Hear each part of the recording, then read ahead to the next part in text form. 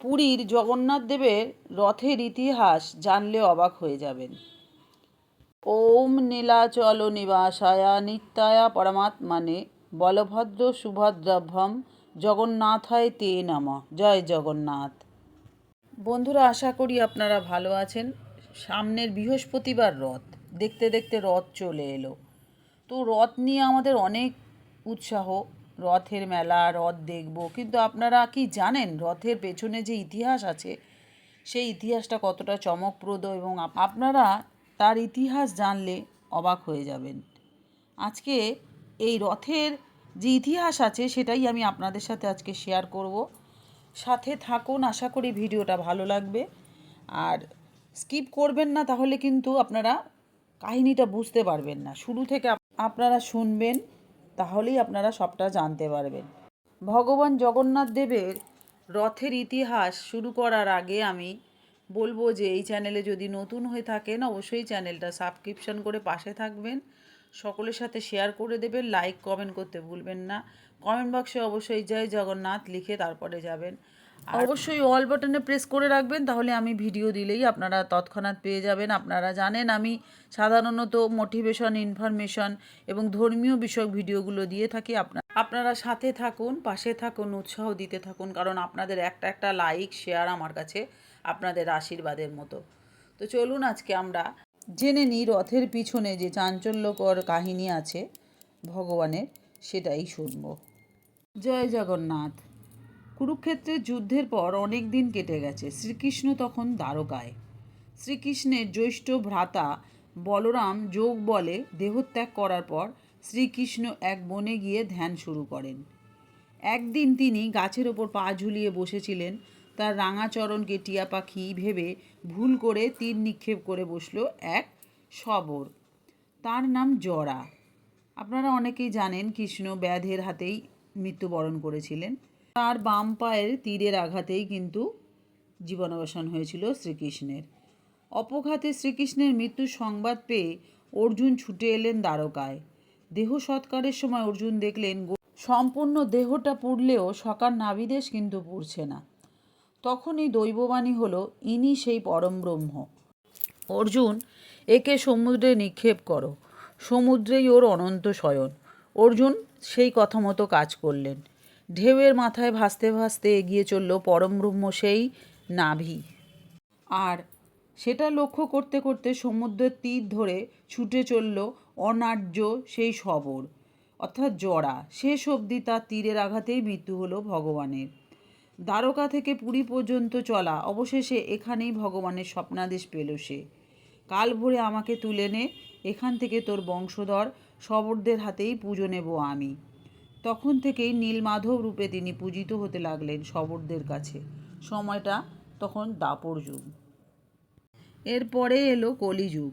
শাস্ত্রমতে শ্রীকৃষ্ণের পরলোক গমনের মধ্যে দিয়ে 3101 খ্রিস্টপূর্বের 18ই ফেব্রুয়ারি মাঘ মাসের শুক্লপক্ষের পূর্ণিমা তিথিতে শুক্রবারে দাপর যুগের সমাপ্তি ঘটে ও কলিযুগের সূচনা হয়। এই কলিযুগের রাজা তখন ইন্দ্রদন্যুদেব। তিনি ছিলেন বিষ্ণুর পরম ভক্ত। সেই উদ্দেশ্যে তিনি গড়ে তুললেন একটি মন্দির শ্রীক্ষেত্রে। এখন আমরা তাকে চিনি জগন্নাথ রূপে, আর সেটা হচ্ছে পুরীর মন্দির, কিন্তু মন্দিরে বিগ্রহ নেই। রাজসভায় একদিন কথা প্রসঙ্গে তিনি জানতে পারলেন নীলমাধবের কথা। ইনি নাকি বিষ্ণুরই এক রূপ। অমনি চারিদিকে লোক পাঠালেন রাজা। এনাদের প্রত্যেকেই ব্রাহ্মণ সন্তান। বাকিরা খালি হাতে ফিরে এলেও ফিরলেন না কিন্তু একজন, উনি বিদ্যাপতি। তিনি জঙ্গলের মধ্যে পথ হারালে তাকে উদ্ধার করলেন একজন সুন্দরী শবরকন্যা ললিতা। নিয়ে এলেন তাদের নিজের বাড়িতে। ললিতা শবররাজ বিষ্ণু বসুর কন্যা। ললিতার প্রেমে পড়লেন বিদ্যাপতি। বিয়ে হলো দুজনের। বিয়ের পরে বিদ্যাপতি আবিষ্কার করলেন রোজই সকালেই শবররাজ কয়েক ঘন্টার জন্য কোথাও উধাও হয়ে যান, আবারও ফিরে আসেন। কোথায় যান বিষ্ণু বসু? স্ত্রীকে প্রশ্ন করতে বিদ্যাপতি জানতে পারলেন জঙ্গলের মধ্যে একটি গোপন জায়গায় নীলমাধবের পুজো করতে যান শবররাজ বিষ্ণু বসু। এদিকে নীলমাধবের সন্ধান যখন পাওয়া গেছে তখন আর ছাড়ার নয়। অমনি বিদ্যাপতি বায়না ধরলেন তিনিও দর্শন করবেন নীলমাধবকে। বিশ্ব বসু প্রথমে রাজি না হলেও অবশেষে মত দিলেন, তবে শর্ত সাপেক্ষে। বিগ্রহ পর্যন্ত চোখ বেঁধে যেতে হবে বিদ্যাপতিকে। জামাতা হলেও বিদ্যাপতিকে কোনোভাবে নীলমাধবের সন্ধান দিতে রাজি ছিলেন না বিশ্ব বসু। এদিকে বিদ্যাপতিও ছাড়ার পাত্র নয়। চোখ বাঁধা অবস্থায় যাওয়ার সময় তিনি গোটা পথটায় সর্ষের দানা ছড়াতে ছড়াতে গেলেন। যথাস্থানে পৌঁছে যখন তিনি দর্শন পেলেন নীলমাধবের, তখন তার প্রাণ আনন্দে ভরে উঠল। বনের মধ্যে পুজোর ফুল কুড়িয়ে এনে বিশ্ব বসু যখন পুজোয় বসলেন, অমনি দৈববাণী হলো, একদিন আমি দিন দক্ষির পূজা নিয়েছি, এবার আমি মহা উপাচারে রাজা ইন্দ্রদ্যুম্নের পুজো নিতে চাই। শবররাজ ভীষণ রেগে গেলেন। ইষ্টদেবতাকে হারাবার দুঃখে বন্দি করলেন বিদ্যাপতিকে। কিন্তু এদিকে তার কন্যা ললিতার বারবার কাকতি মিনতিতে বাধ্য হলেন জামাতাকে মুক্ত করতে। বিদ্যাপতিও সঙ্গে সঙ্গে খবর পৌঁছে দিলেন রাজার কাছে। ইন্দ্রদ্যুম্ন মহানন্দে জঙ্গলের মধ্যে সেই গুহার উদ্দেশ্যে রওনা হলেন ভগবানকে সাড়ম্বরে রাজপ্রাসাদে আনতে। কিন্তু এ কি, নীলমাধব কোথায়? আটক হলেন শবররাজ। তখন আবার দৈববাণী হলো যে পুরী সমুদ্রতটে ভেসে আসা একটি কাষ্ঠখণ্ড দিয়ে তার মূর্তি নির্মাণ করার। এদিকে হাজার হাজার হাতি ঘোড়া সেপাই মন্ত্রী লোক লস্কর নিয়েও সমুদ্র থেকে তোলা গেল না সেই কাঠ। শেষে কাঠের একদিকে ধরলেন শবররাজ, আর একদিকে ব্রাহ্মণপুত্র বিদ্যাপতি। জগন্নাথের কাছে ব্রাহ্মণ শবর কোনো ভেদাভেদ নেই যে। রাজা তার কারিগরদের লাগালেন মূর্তি গড়তে, কিন্তু সেই কাঠ এমনই পাথরের মতো শক্ত যে ছেনি হাতুড়ি সব যায় ভেঙে। মূর্তি নির্মাণের জন্য রাজা একজন উপযুক্ত কাষ্ঠশিল্পীর সন্ধান করতে থাকেন।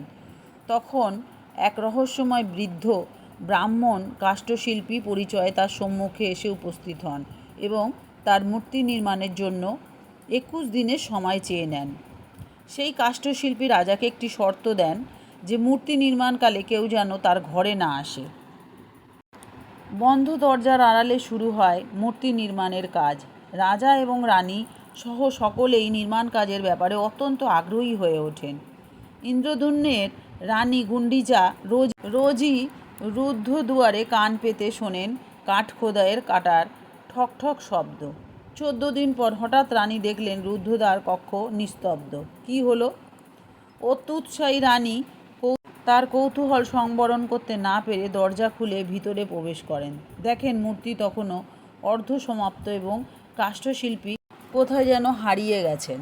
কথিত আছে এই রহস্যময় কাষ্ঠশিল্পী ছিলেন আসলে দেবশিল্পী বিশ্বকর্মা। কিন্তু মূর্তির হাত পা নির্মিত হয়নি বলে রাজা বিমর্ষ হয়ে পড়েন। কৌতূহলবশত তারাও যে ভুল করে ফেলছেন তার জন্য অনুতাপ করতে থাকেন। সেই মুহূর্তে দেবর্ষি নারদ তার সম্মুখে আবির্ভূত হন। নারদ রাজাকে সান্ত্বনা দিয়ে বলেন, এই অর্ধসমাপ্ত মূর্তি পরমেশ্বরের এক স্বীকৃত স্বরূপ। একদা দ্বারকায় আগমনকালে তিনি নিজে মাতার মুখেই নিজেরই বাল্যলীলার কথা শুনে আনন্দ বিহ্বল কৃষ্ণ, সুভদ্রা এবং বলরামের হস্তপদ গলে গিয়েছিল। জগন্নাথ অনন্য, তার হস্তপদ নিষ্প্রয়োজন, কারণ তিনি সর্বব্যাপী, তার স্থান পরিবর্তনের কোনরূপ প্রয়োজন হয় না। তিনি যে চিরদ্রষ্টা পরমাত্মা, তাই তার জগৎপ্রসারী চক্ষু বর্তমান। জীবকুলে যে যা তাকে অর্পণ করেন তিনি তাই সহাস্য বদনে 10 গুণ ফিরিয়ে দেন। এরপর জগন্নাথ, বলরাম, সুভদ্রা পুরুষোত্তম ক্ষেত্র নীলাচলে রাজা ইন্দ্রদ্যুম্নের সম্মুখে দারুব্রহ্মরূপে প্রকটিত হয়েছিলেন। রাজাকে স্বপ্ন দিয়ে জগন্নাথ বললেন যে এমনটা আগে থেকেই পুনর্নির্ধারিত ছিল, তিনি এই রূপে পূজিত হতে চান। সেই থেকেই জগন্নাথ, বলরাম, সুভদ্রার মূর্তি ওভাবেই পূজিত হয়ে আসছে যুগ যুগ ধরে। পুরীর মন্দিরের বর্তমান স্থান রাজা ইন্দ্রদ্যুম্ন কর্তৃক নির্বাচিত হয়, যেটা আমরা দেখি। 1119 খ্রিস্টাব্দে গঙ্গা বংশের রাজা ভীমদেব কর্তৃক জগন্নাথ দেবের মন্দির নির্মিত হয় এবং পুষ্যা নক্ষত্রযুক্ত বৈশাখ মাসের শুক্ল অষ্টমী তিথিতে বৃহস্পতিবারে দেবতা প্রতিষ্ঠা করা হয়। জগন্নাথ দেবের প্রধান উৎসব হল রথযাত্রা। উৎকলখণ্ড এবং দেউলতোলা নামে উড়িষ্যার প্রাচীন পুঁথিতে জগন্নাথ দেবের রথযাত্রার ইতিহাস প্রসঙ্গে বলা হয়েছে যে এই সময় রথযাত্রার প্রচলন হয়েছিল। সেই সময় আজকের উড়িষ্যার নাম ছিল মালবা দেশ, আর সেই মালবা দেশের অবন্তীনগরে রাজা ইন্দ্রদ্যুম্ন নামে সূর্যবংশীয় এক পরম বিষ্ণুভক্ত রাজা ছিলেন। যিনি ভগবান বিষ্ণুর এই জগন্নাথরূপী মূর্তির রথযাত্রা শুরুর আগে স্বপ্নাদেশ পেয়েছিলেন। পরবর্তীকালে রাজা ইন্দ্রদ্যুম্ন পুরীর এই জগন্নাথ মন্দির নির্মাণ এবং রথযাত্রার প্রচলন করেছিলেন। পুরীর জগন্নাথ দেবের রথযাত্রা প্রতি বছর আষাঢ় মাসের শুক্ল দ্বিতীয়া তিথিতে অনুষ্ঠিত হয়। এরপর আষাঢ় মাসের শুক্লা একাদশীর দিন পুণ্যযাত্রা বা উল্টো রথ অনুষ্ঠিত হয়ে থাকে।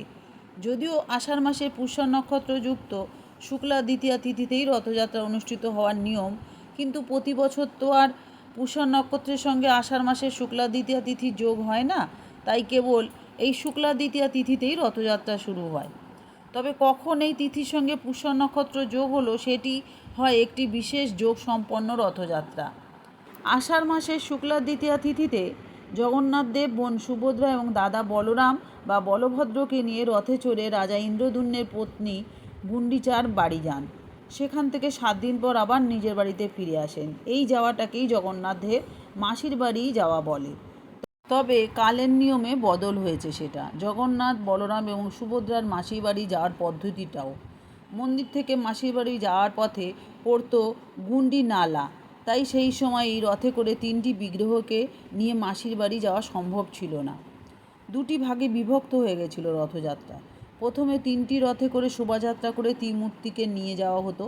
এরপর তা নামিয়ে নালা পার করে অন্য 3টি রথে চড়ে মাসির বাড়ি যেতেন জগন্নাথ, বলরাম এবং সুভদ্রা। এরপর রাজা কেশরী নরসিংহের আমলে এই নালা বন্ধ হওয়ার পর 6টি রথের প্রয়োজন ফুরায়। 3টি রথেই সম্পন্ন হয় পুরীর এই রথযাত্রা। রথের দিন 3টি রথ পরপর যাত্রা করে মাসির বাড়ির উদ্দেশ্যে। প্রথমে যাবেন বলরাম, তারপরে যাবেন সুভদ্রা এবং সর্বশেষে মহাপ্রভু জগন্নাথের রথ। রথে চড়ে এই গমন প্রত্যাবর্তনকে সোজা রথ এবং উল্টো রথ বলা হয়। জগন্নাথ, বলরাম এবং সুভদ্রা 3 জনের রথ কিন্তু 3 রকম হয়। জগন্নাথের রথের নাম হচ্ছে নন্দীঘোষ, যেটা উচ্চতা 45 ফুট আর রথের গায়ে হলুদ এবং সোনালি রঙের আছে। আর চলার জন্য এই রথে রয়েছে 7 ফুট ব্যাসের 16টি চাকা। আর রথের সারথীর নাম হচ্ছে দারুক। লাল এবং সবুজ রঙের বলরামের রথ, তার নাম হচ্ছে তালধ্বজ। উচ্চতায় জগন্নাথের তুলনায় 1 ফুট ছোট। রথে 6 ফুট ব্যাসের 14টি চাকা থাকে। সারথীর নাম মালতী।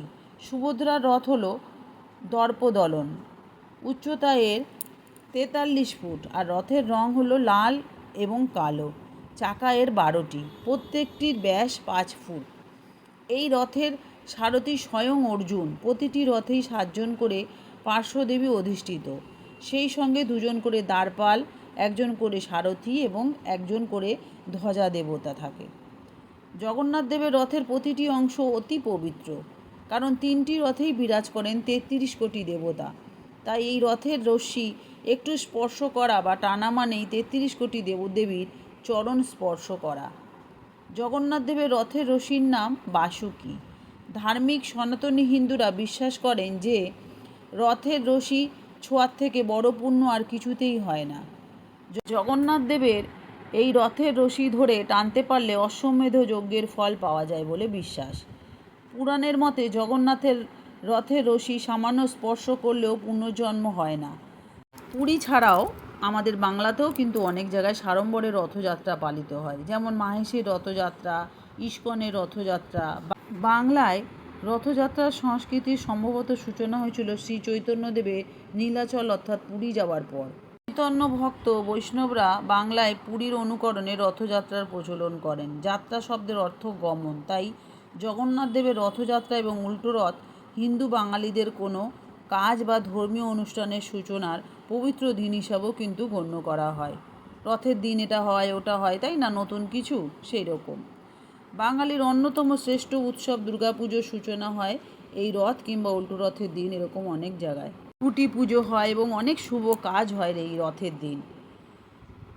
ওম নীলাচল নিবাসায়া নিত্যায়া পরমাত্মানে বলভদ্র সুভদ্রাভ্যাম জগন্নাথায় তে নমঃ। জয় জগন্নাথ।